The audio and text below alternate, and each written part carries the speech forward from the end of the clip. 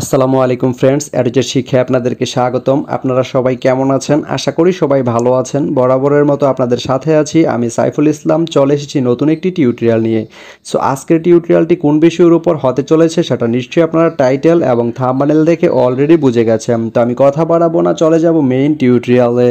আর main টিউটোরিয়ালে যাওয়ার আগে একটা কথা বলে নিতে চাই, আপনি যদি আমার চ্যানেলে নতুন হয়ে থাকেন তাহলে অবশ্যই আমার চ্যানেলটি সাবস্ক্রাইব করে নোটিফিকেশন বেলটি অন করে দিবেন। আর যারা অলরেডি সাবস্ক্রাইব করে রেখেছেন তাদেরকে অনেক অনেক ধন্যবাদ। যারা আমার এই ভিডিওটি ফেসবুক থেকে দেখছেন তারা আমার পেজটি ফলো করে সাথেই থাকবেন। তো চলুন চলে যাই মেইন টিউটোরিয়ালে।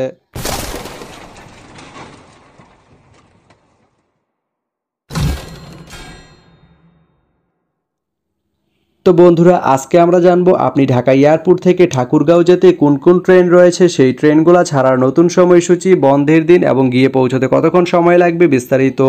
তা আমি যদি আপনাদেরকে ট্রেনের সময়সূচিগুলো বলে দিই, আপনি ঢাকা এয়ারপোর্ট থেকে ঠাকুরগাঁও যেতে প্রথমেই যে ট্রেনটি রয়েছে সেটি হচ্ছে একতা ট্রেনটি ঢাকা এয়ারপোর্ট থেকে ছাড়বে সকাল 10:43 এবং এটি ঠাকুরগাঁও গিয়ে পৌঁছবে রাত 8:15। এই ট্রেনটির কোনো অফ ডে নেই। এরপরে রয়েছে দ্রুতযান ট্রেনটি ঢাকা এয়ারপোর্ট থেকে ছাড়বে রাত 8:28 এবং এটি ঠাকুরগাঁও গিয়ে পৌঁছবে ভোর 5:37। এই ট্রেনটির কোনো অফ ডে নেই। এরপরে রয়েছে পঞ্চগড় এক্সপ্রেস ট্রেনটি ঢাকা এয়ারপোর্ট থেকে ছাড়বে রাত 11:58 এবং এটি ঠাকুরগাঁও গিয়ে পৌঁছবে সকাল 8:31। এই ট্রেনটির কোনো অফ ডে নেই।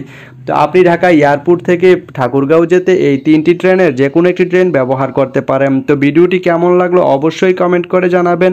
আর ভিডিওটি যদি ভালো লেগে থাকে বা আপনার কোনো উপকারে এসে থাকে তাহলে ভিডিওতে একটা লাইক করে দিবেন, কারণ আপনার একটা লাইক আমাকে অনেক ইন্সপায়ার করে নতুন নতুন আরও ভিডিও বানাতে। তো ধন্যবাদ সবাইকে ভিডিওটি এতক্ষণ ধৈর্য ধরে দেখার জন্য। ভালো থাকবেন, সুস্থ থাকবেন, এডুজেট শিক্ষার সঙ্গেই থাকবেন।